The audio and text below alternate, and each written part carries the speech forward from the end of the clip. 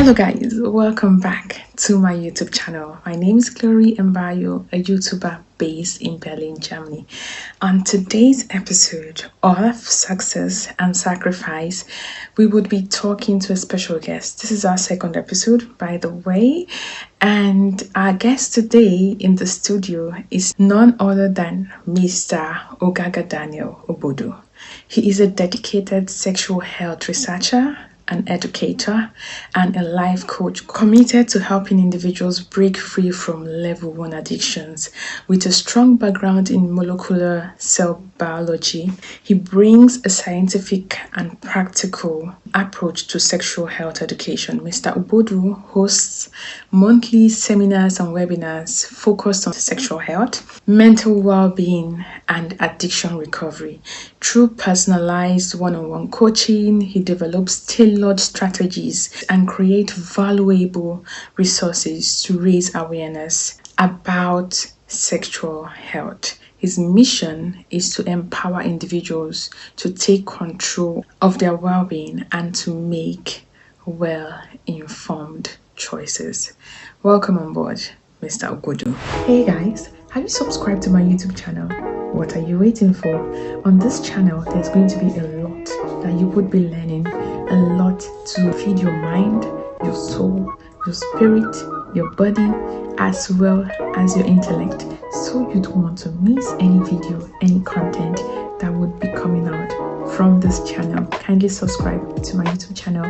Click on the subscribe button, click on the like, click on the notification bell, and also drop a comment. Try to watch 1 or 2 videos, check the channel out, and see what might interest you. And I think you will not be disappointed. And also, we have created a Telegram community, and on that Telegram group, we'll be having guests come up to answer questions based on the interviews that we'll be dishing out soon.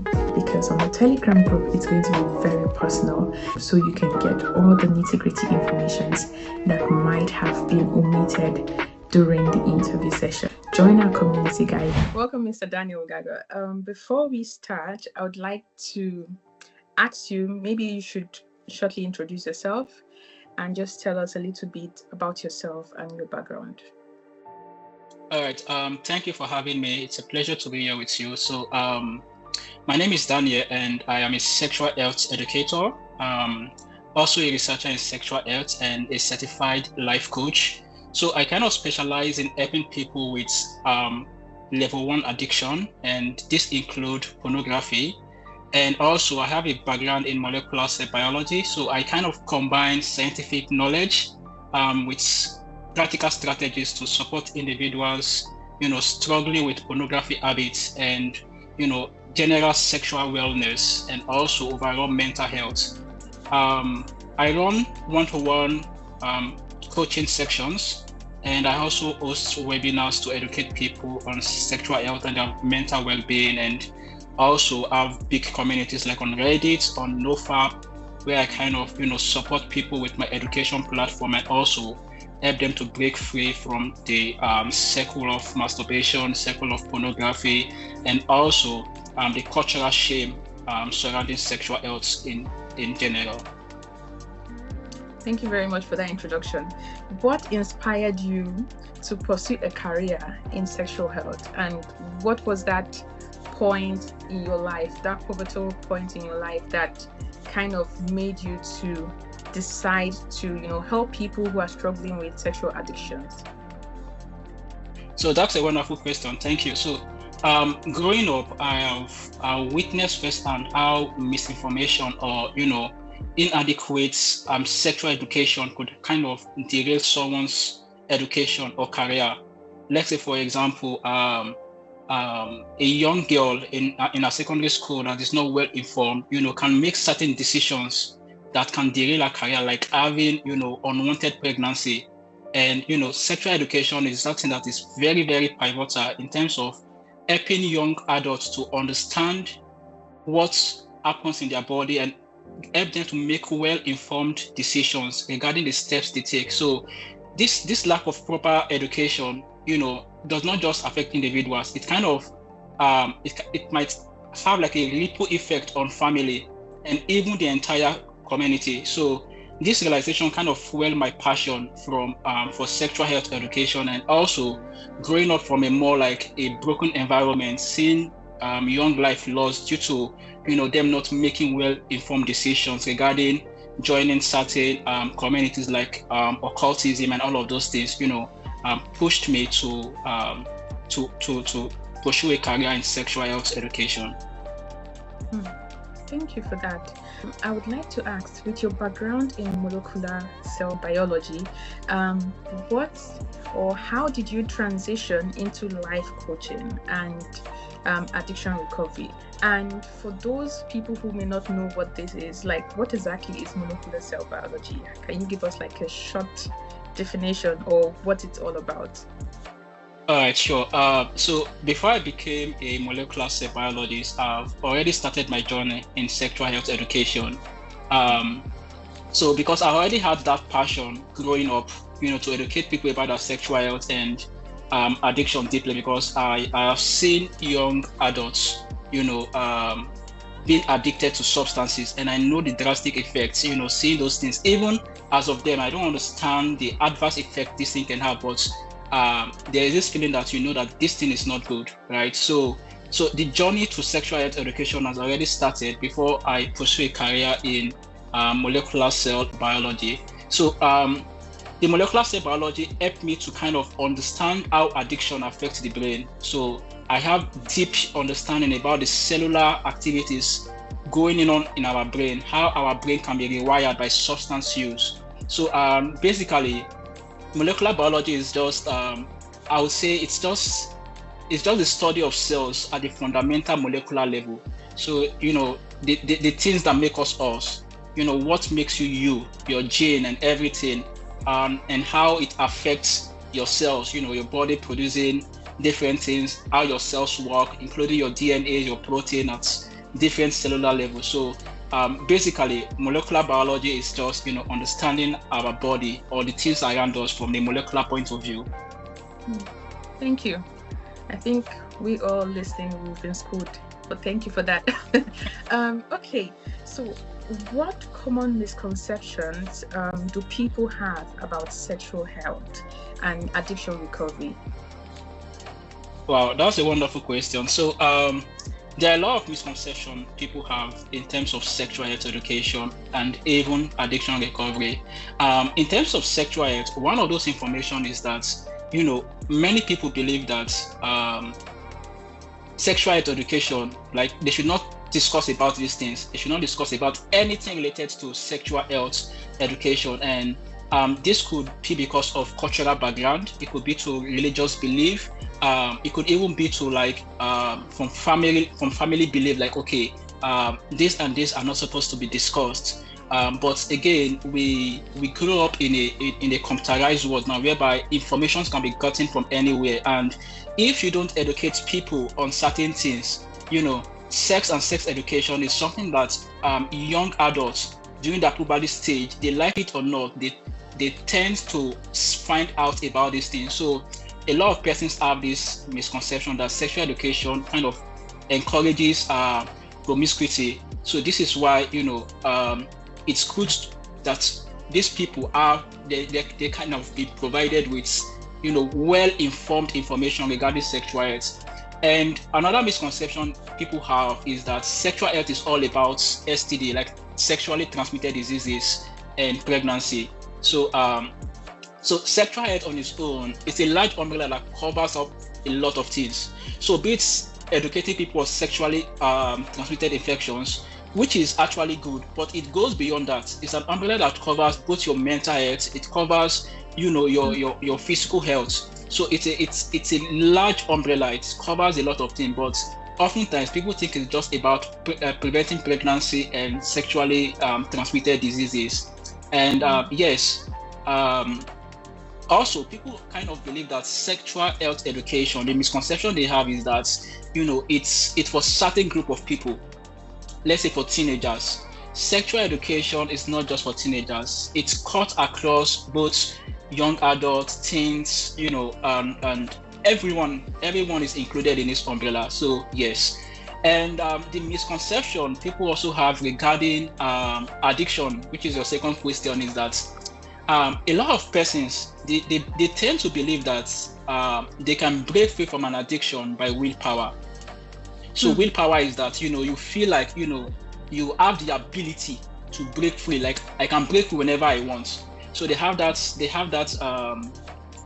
mentality. And yeah, they also feel like recovery can happen immediately. It's just like they believe that there's a switch you can just turn on, and they will come into full recovery mode. And for people addicted to level 1 addiction, so level 1 addiction is just I will say primary addictions that does not cause an adverse effect on another individual. Let's say, for example, the drinking of alcohol is regarded as level 1 addiction, or the use of pornography, because you're only inflicting a self-damage to yourself and not necessarily other person. So addictions whereby it causes you to inflict pain on other people, are level 2 or level 3 addiction. So most persons feel like with level 1 addiction, they can easily break free from it. Wow. Okay. Thank you for the explanation. Now let's go deep. Let's talk about how. Okay, you help a lot of people with pornographic. People suffering or having pornography addiction. How does this habit develop itself in the first place? Because I think, just like you say, people feel there's a switch that they can just easily turn that off and say, okay, now I'm no longer going to do this or do that. But how do one get to that point where it's now an addiction? So this is a very large topic, and I will try as much as possible to narrow it down. So again, we live in a digital age, and the internet has brought a change in the way people get information, right? And also the entertainment industry has also brought about this change. Before, getting adult content is not something you can just get just like that. Right, there are these things can be seen, let's say, in magazines, in DVDs, or maybe in adult theater houses where you can go and have access to this kind of content. But in this current age, all you need is just your mobile phone, right? All you need is just your mobile phone.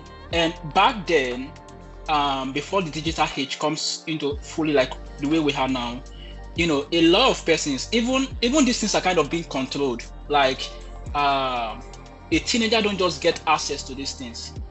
If you go to a theater house, let me use that for an example, to get a cassette on these things, it's kind of age restricted, so you don't get access to these things. But this day, right, with your internet, with your phone, you can get instant access to it. So I feel like the age we live now, it's one of those things that have contributed to it. And I often term pornography as a silent drug, because unlike other drugs that are addictive, pornography kind of interferes with your normal activity. Like, it interferes with your day-to-day activity. Let's say, for example, the use of, let's say, cocaine or alcohol, right? You can see the effects, physical effect, or like the output it has on people, right? You can really see like, oh, this person must be drunk with alcohol because of the display they're having. But in terms of pornography, it's a silent drug, because I still consider it as a drug, just like cocaine, like some opioid and all of those. Pornography is still a drug, which is a silent drug that people use. People consume a lot of pornography in this current age, and it's a silent drug that silently kills you. And why it affects a lot of persons too is that unlike other drugs, let's say for example cocaine, that you don't just easily get these things on the streets. Do you understand? You don't just easily get these things. So it means their availability is kind of restricted. Do you get it? But for pornography, it's readily 24/7. In the middle of the night, if you need it, you get it. in the middle of the day, if you need it, to get it. So you can easily access these things. Again, all you need is just your internet and your mobile phone. At times, you don't even need your internet. You just need your mobile phone. Perhaps it's already downloaded, right? So, and another factor is, it's also TV advertisements. If you look this day, TV advertisements, we've seen a lot of, them portraying naked people, or let's say half naked people, or even in mainstream sites. You've seen certain movies with adult content that in this current age, they are now kind of normalized. Like you can hardly see a movie or even a funny clip on the internet without it being sexualized, or maybe even in the comment section. So there is this hyper sexualized content everywhere that is being normalized, and this is why it has a lot of effect on teen. And another thing is also the curiosity teen have during that growth stage. Like, oh, we want to know all these things. I want to know what is happening in my body. I want to know why I'm having this urge. I want to know why these changes are happening. And without the proper sexual education, they tend to find out about these things in the wrong way, and which means that they will feed themselves with pornography. So that's why a lot of persons are caught in that web of pornography, and it's very difficult to get out of these things if they don't know the reason why they are there in the first place. Most of them went there just to know about themselves, but pornography is just that thing that, it's like something sweet, in the sense that your brain perceives it to be something sweet, and it tends to want more. You start craving for more. So something you start in level 1 today, thinking you will be in level 1, tomorrow you will not be in level 1 because of what? Your brain produces dopamine, which is like your feel-good hormone, and this hormone gets excited every time you consume pornography. And as the more you consume pornography, the more the craveness come, and you want something even higher. The same thing with drugs, with substance use. When you use something today, you are looking for something more potent the next day, because your dopamine level is not at the basal ground anymore. So there's been an excitation of electrons. So there's been a shift, and what gives you pleasure today, or what gives you satisfaction today, will not be what is going to give you satisfaction tomorrow. So tomorrow you need something more potent. You need something more strong, that is going to take you to that level where you say, oh, I want to be high, right? If you are high with 2 grams today, tomorrow you will not be high with 2 grams. You'll be craving for 4 grams. So this is the primary reason why a lot of persons are being caught, in the web of pornography. And also, I would like to include peer pressure in school, maybe in friends, friends using this thing. You're like, oh, come, and because of peer pressure, right? You tend to go into something you are not supposed to go into. So yes, these are the things that I believe in this current age, like the internet, the use of the internet, has been that thing that has made a lot of persons be caught in the web of pornography habits. Thank you very much. You mentioned shortly about urges. So my question now is having urges a sin? Well, let's shift a little bit into the biblical or the Christian aspect of it, or is it, or what's the difference between having an urge and addiction? Just a short summary. Okay, so addiction is a very strong word, and oftentimes I like to use the word habit, because addiction is is something that when you're addicted to something, if that thing is affecting your normal daily activities, it becomes an addiction, because it kind of controls you. So you don't have control over yourself anymore. So but coming back to urges, so I don't necessarily think urges is a sin. Yes, I don't necessarily think urges is a sin, and I will tell you why I think so. So let's take it like this. I believe it's a normal physiological response, right? Your body tells you when you feel hungry, right? And this is just a normal physiological response. Now, if you feed yourself with, let's say, sugary stuff that that is not good for your health, it's going to make or cause some damage to your system. However, if you feed yourself with something good, like you eat good food, right? You eat a good proteinous food or a balanced diet. Let me use the word. If you eat a balanced diet, right, the output in your body goes fine. So the point is, I'm using hunger in relation to urges. So hunger is that urge you have to feed yourself. How you feed yourself, it now depends on you. So having those responses is not bad. It's not a sin, because a lot of people think, oh, why should I be having an urge for sex? You understand? Why should I be having a response because of what I see? Do you understand? Sometimes you can't control that response. Sometimes these responses are involuntary, right? Our body is kind of programmed to respond in specific ways, right? So how you go about the action, the next step you take determines if it's something positive or negative. So just like I use hunger, if I go and feed myself with a lot of junks, I know that in the long run I'm not helping myself. But if I go for a balanced diet, I know that I'm helping myself. So it means that if you have those urges, let's say for example, urge for sex, right? Now, are you going to feel that urge, or you are going to control it? So for someone that is not married, or for someone that's they don't have an available partner to them, right? Feeding on those urges will now, the action they take towards that urges will now be what is going to determine if it's a sin or not. But primarily, having urges is not a sin. So, like I said, I believe that having urges is not a sin. So I might be wrong, but in my work of line, I believe that this is just a normal physiological response. Thank you very much for that. Okay, so I would like to ask now, for people who are listening and they find themselves in this situation, how does someone overcome and break free from such, sexual habits or pornography habits? How does one break free? What are the steps that one should take to break free from this level 1 addiction? All right, great question again. Yes.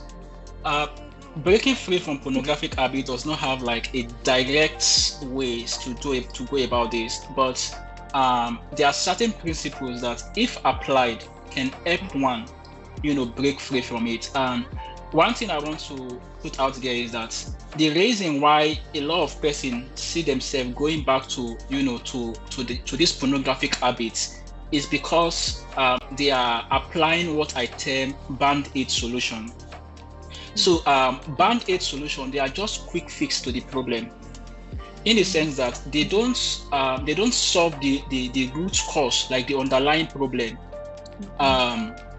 Let's take this example. Let's say you take a credit loan, do you understand, to pay off another credit loan. Do you get it? It does not solve the problem it does not solve the financial problem. You only took a credit loan to pay off another credit loan, right? So, but if you discipline yourself on how you'll be spending your money, if you discipline yourself on how you are going to have a budget, over time, right, you'll be able to save well to build a financial, a good financial background for yourself, and you are able to pay off your loan without using a loan to pay off another loan. Now, what I'm trying to say is that band-aid solution, most times people use band-aid solution, and this is why they keep seeing themselves, caught in this web of pornographic habits. One practical example is this. Let's imagine if you want to weed a plant, right? You want to weed, let's say a garden. If you cut them just on the top, yes, it looks clean, it looks good. But before you know, in 3 days, in 1 week, these things go back up, right? Now, that is because you are not uprooting it. You are not taking this plant from the roots. So this is what a lot of persons do when it comes to breaking free from pornography. So they just take it at the top. And one of those band-aids is like they use filters. Do you understand? They use filters on their phone, or some kind of restricting IPs to, let's say, block their phone from restricting and from accessing pornography. Why filter is good? I like filters because there is a place for filters, but it does not necessarily solve the underlying problem. So one thing I often say is that, one must have a mind shift. Do you understand? You must have a mind shift if you really want to break free from pornography. And another thing that make a lot of persons, because you need to understand what you are in before you are able to free yourself from it. If you don't understand what gets you stuck in it, it will be very, very difficult for you to break free from it. And one of those things is what I call buffering. A lot of persons buffer, and buffering does not solve the problem. So what I mean by buffering is that you are using one activity to cover up for another activity, and buffer can be anything. Let's say video gaming, right? It can be over drinking, it can be Netflix binging, it can be practically anything. So anything you use to escape a negative emotion, right? It's a buffer. Do you understand? Some persons, when they feel bored, right, they buffer by doing something. So that activity you use, let's say you're on TikTok, scrolling on TikTok. So you are using TikTok as a buffer mechanism to escape the emotions you are feeling, right? And boredom is that one thing that's, a lot of persons struggling with pornography struggle with boredom. And one way for them to escape that is that they come to watch pornography, which is a level 1 addiction. And I often tag it as a chain reaction with masturbation, because a level 1 addiction is going to give birth to another level 1 addiction. So they are both intertwined. So they buffer from them being bored, right? They buffer from this emotion and use another thing to cover up from it. So now, one thing with buffer is that buffering does not necessarily solve the problem, but buffering brings a net negative effect of that thing you are running away from. That's how bad it is. So what I mean is that if you buffer, right, you after you feel good, the problem is going to resurface. So it's going to create a net negative emotion. So that problem is still unsolved. So a lot of persons during the buffering state, they enjoy the process, but after the buffering phase, they come back to reality. They come back and they feel bad about themselves, because they know, because for most of them, they are not happy with the actions that have just taken place. So they feel bad with themselves again, and this leads to guilt and shame. And guilt and shame is also another thing that traps people in pornography web. And so guilt is you knowing that something is bad, but shame, so there's one thing I call the shame apathy. So it kind of trapped you because you feel trapped in the web of pornography. So you feel shameful about this thing. You feel shameful, you can't talk about it, you don't know how to go about it. But then even in that shame, you keep repeating this habit. So it's not like a circle. So it's not like you are having a circle shame and you are stuck in it. So buffering is that thing that is going to make a lot of persons stuck in pornography. And again, if you are not processing your urge. So one thing is that you need to process the urge you're having. Like I said before, do you want to feed yourself with junk, or do you want to feed yourself with balanced diet? You need to come to that state of mind where you have to realize that, okay, I want to have a shift, a mindset shift. I want to have a new identity, because having a new identity is also that in knowing that you cannot do it alone. And this is where, the band-aid solution of willpower comes into play. A lot of persons think they can break free with willpower. No, you can't break free. Willpower can help you to a stage, but it can't take you over the line. So it means that the probability that you will fall back to that habit is very high. So this is why, apart from willpower, you need a higher power, a divine power. And I believe that breaking free totally from pornography, comes through total repentance. Because there is no way you can break free from this. There is no way. Willpower can only take you to a level. But if you really want to overcome it, then you need to encounter Christ. There is no two way about it. So even in my live session, when I coach people on these things, I always tell them, and oftentimes, right, a lot of Christians are also caught up in this web, and I'll be sincere with you, a lot of persons would come and say they fast and pray about this thing. You've done a lot of fasting, you've done a lot of praying, and which is a very good thing. But oftentimes they report that even after fasting, that night they fall again into this sin, and they feel so ashamed of themselves. And a lot of Christians are caught in this web, and because of the shame, because of the religious shame, sexual shame that surround these things, people tend to hide these behaviors, and it affects a lot of persons. So buffering is that negative effect, like I said, that is going to bring about you using an activity to cover up for another activity, which does not necessarily solve the question. So for example, let me give an instance here. Loneliness is also something that make a lot of people consume pornography. Do you understand? And in this instance, when you start feeling like that's loneliness, it's good for you to have a mind shift. Because if you don't have a mind shift, let me tell you what happens. So the brain, like I said earlier on, the brain records what interests it. Your dopamine, which is your feel-good hormone, let me put it that way, it knows the time. Let's say, for example, you consume pornography this night. Let's say 9 o'clock. You consume pornography 9 o'clock when their roommate is not at home. The brain takes record of this thing.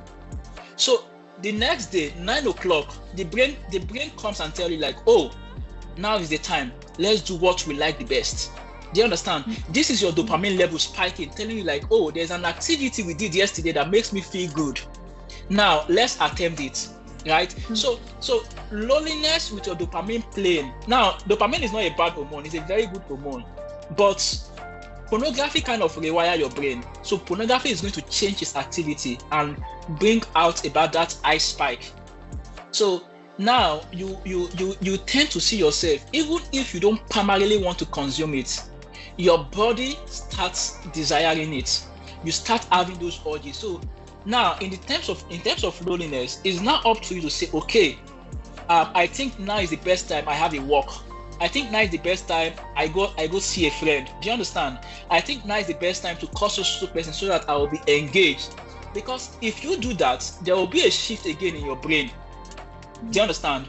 And also stress. I must add this. Stress is that thing that a lot of person wants to buffer from. A lot of person, after a stressful day, they come in to make themselves feel good by consuming pornography. And like I said, pornography is also going to lead to masturbation, which is going to make them feel good. It's going to make them feel relaxed at that moment. But again, the other definition of buffering, like I said before, is going to bring about a net negative effect. So you feel good, and afterwards you feel that shame again, you feel that guilt again, you feel that shame, and this cycle keep repeating. So this is why a lot of persons are caught in the web of pornography. So the question is, how do you actually overcome this? And the answers to this question are embedded in this explanation. So you need to identify that witching hour. So the witching hour, for example, is that 9 o'clock that I've used, for example, to explain this, that every 9 o'clock, because your brain have noticed this pattern, the brain try to play its part. It's been programmed to do so. So you need to understand, what are my witching hour? That hour that it feels like, oh, you have to do this thing. If you don't do it, you won't feel all right. You need to identify those witching hour, and you need to find an activity. Like I said, you can walk out of the situation, and also you can sit with your emotion.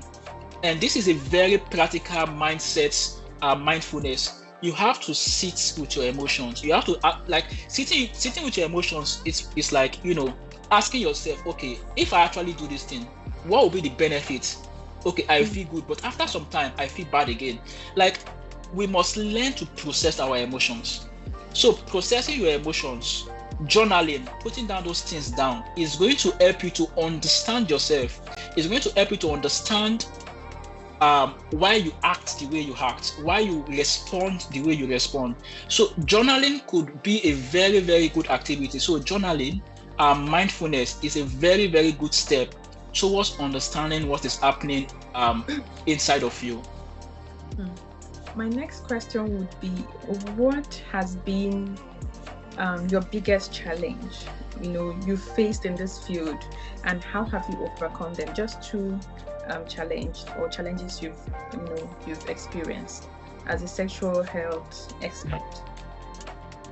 Okay, so one of the common challenges is, people's belief, like in terms of pornography.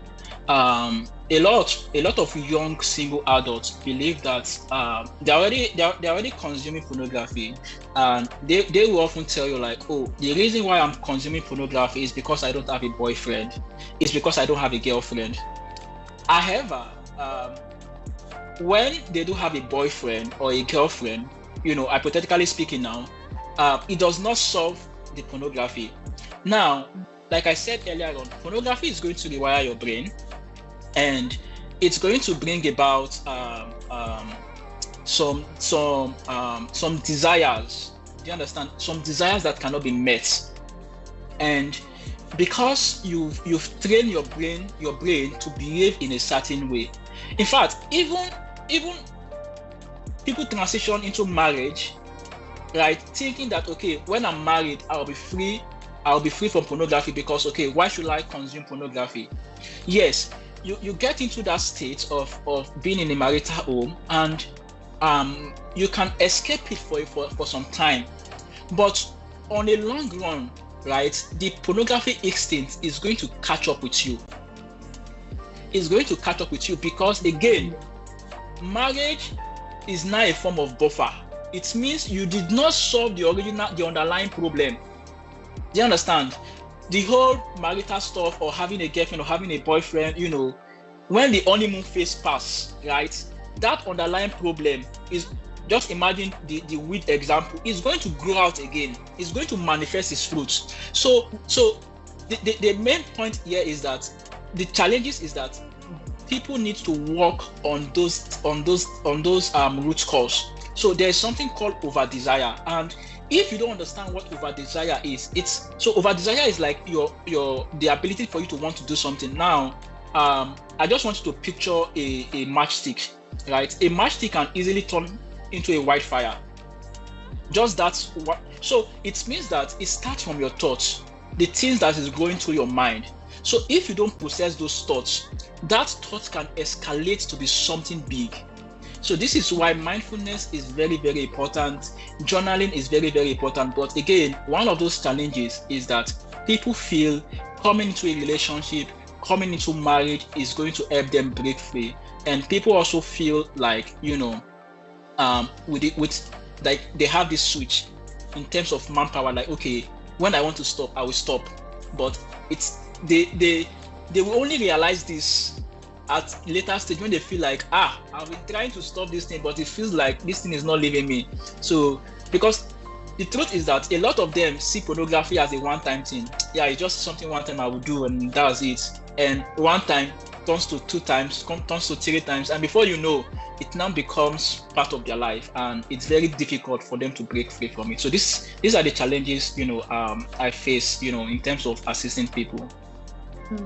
Thank you. Can you share a memorable success story about, coaching, about people you've helped, and how that has also reaffirmed your calling, or should I say your career path in sexual health, education, and just trying to help people? All right. Yes.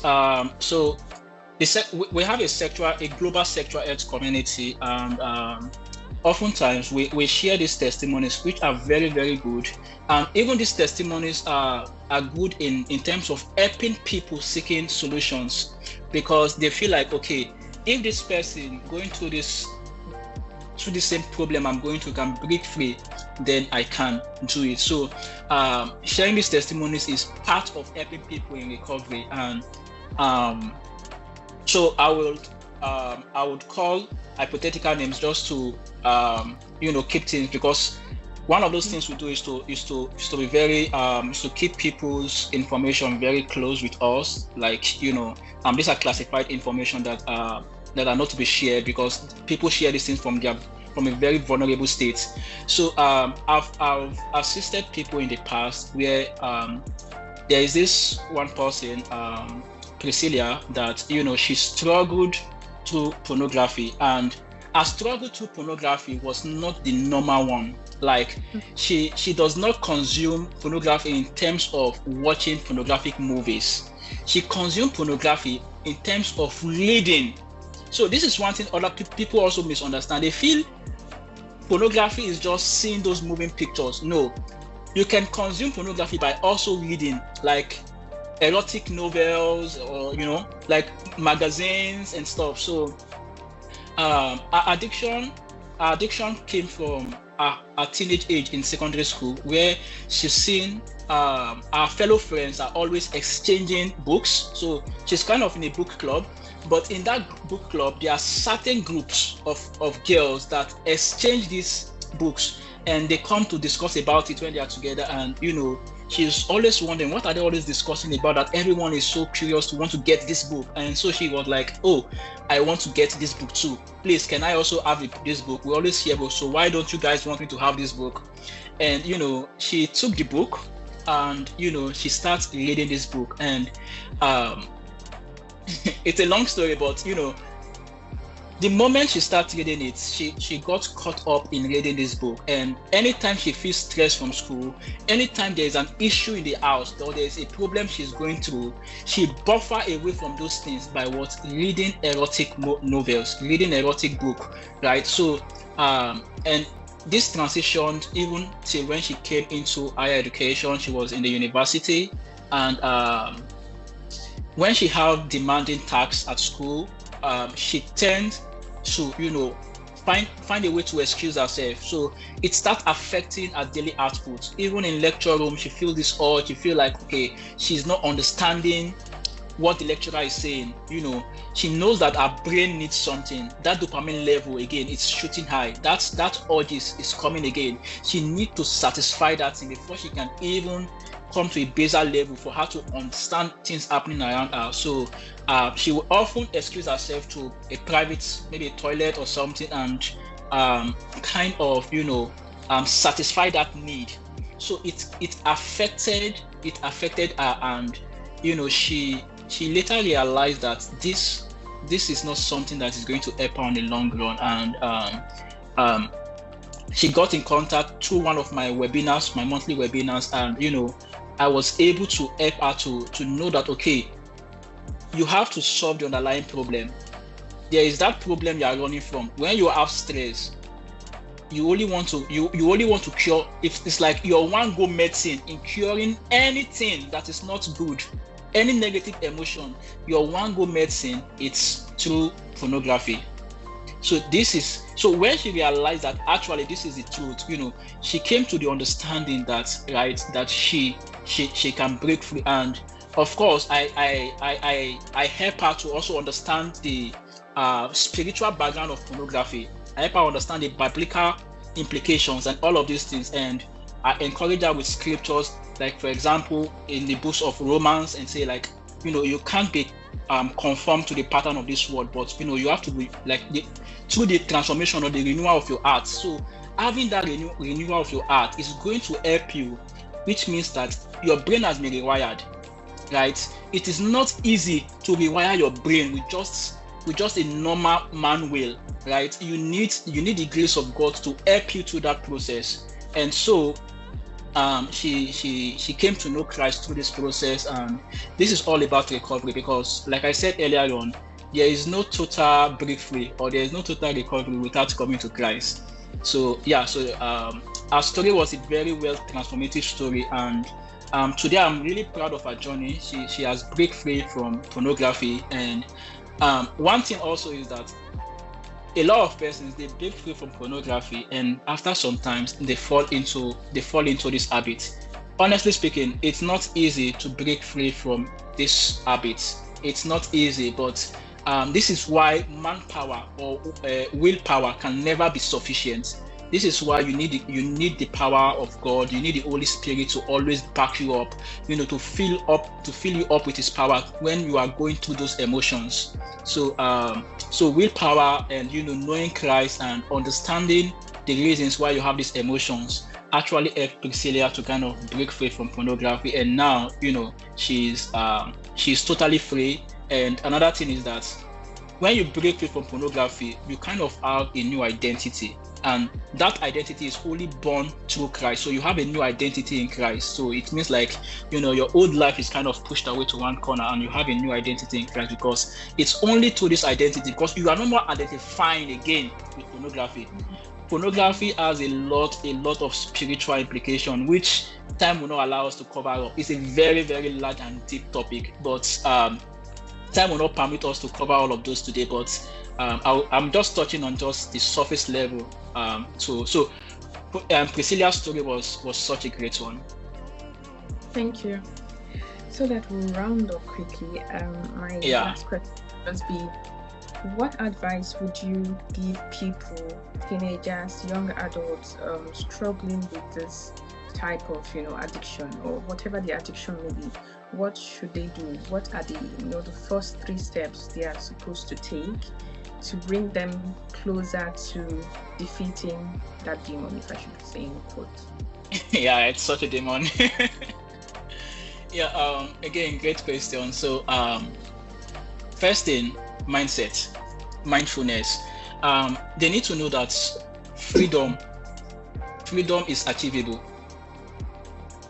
Because why I say so is that, remember I talked about the shame apathy, and this shame is going to make them feel that they can't break free.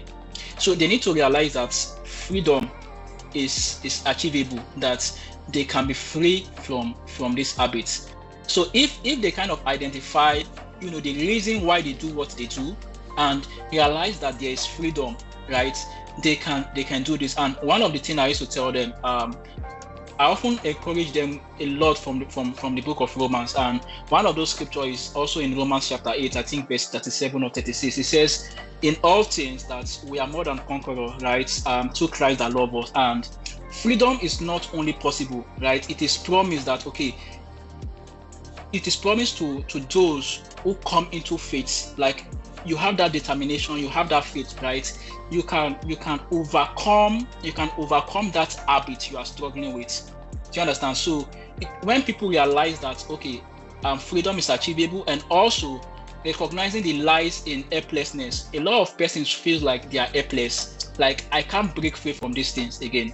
And another scripture I often use when I coach people is I think in the book of Timothy. So 2 Timothy, I think 1:7 or 1:8, that it kind of encourages us to tell us that God has not given us the spirit of fear, right, but the spirit of power and love and of sound mind.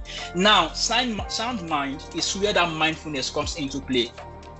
The spirit of God has not given us the spirit of fear. It's what kind of overcome that shame, because shame is a trap. Shame is going to trap them, feeling like they cannot be free, feeling like freedom is not achievable. So they need, like I said, breaking free from pornography, you need that divine power that comes through God alone. So helping people to realize that, God has not given us a spirit of fear, but what the spirit of power, right, of love and of sound mind, because it has to do with renewal of your mind. Right, you have to put away, you have to blot away, you have to blot away all of those thoughts, because the truth is, pornography stems from our thoughts. What you think about, like I use that matchstick. A matchstick can easily turn into a wildfire. If you meditate too much on those thoughts, it can be transformed to something you never believed. So these 2 scriptures are something that it kind of help people to know, like, if I'm in need, right, I can get freedom through God. And also in Philippians, because why I'm putting out this scripture is because a lot of persons, one of the reasons why they cannot break free is because they feel helpless. And Philippians encourages us that I can do everything through Christ that strengthens me. Again, without Christ, you can never break free. So these scriptures, when people realize that they can only get pure freedom from Christ and Christ alone. Then they come to lay it all, right? They come to see that, okay, this is a place whereby I can lay out all my shame. Because a lot of persons, especially this habit, they don't talk about it. They don't talk about it because of the shame attributed with it. But then you can give up all your shame on Christ and you will not be judged, because of this society judgmental state, they never speak up on these things, and this is one of the reasons why they are being trapped in it. So this transformation of hearts, it's really, really good. So first, they need to realize this thing. They need to know that freedom is achievable. They need to know that they are more than a conqueror. They need to know that they have a sound heart, they have a renewed heart, and they need to know that they have a new identity in Christ. So if they have these little steps, there are more to it, but if they have these little steps, right, they will be able to break free from the habit of pornography. So it's a stepwise thing. The truth is, pornography habits is not developed one day. Like it's something that is developed little by little. So the same way too, you don't necessarily in the physiological state now, because everything is possible through Christ. But in the physiological state, you don't necessarily also break from it one day, because there is not that switch. So that's why I said it takes time. You keep renewing your heart, you keep working on yourself, and you keep empowering yourself to say, okay, I have a change of mind. I know my urges. I know what to do. I'm not to feed myself with junk food. Now, junk food means I will not feed myself with reading erotic story. I will not feed myself with, masturbating or watching some explicit movies, right? So it has to do again with what? The renewal of the heart. So I feel like if we have these steps, right? And one thing I want to put there is, I talk about shame. And one thing shame does is that shame makes people feel like they are unworthy. And that thing makes people feel trapped. So one of those scriptures too that I often use is in Jeremiah, I think 31. And it says that God is reaffirming us with unconditional love.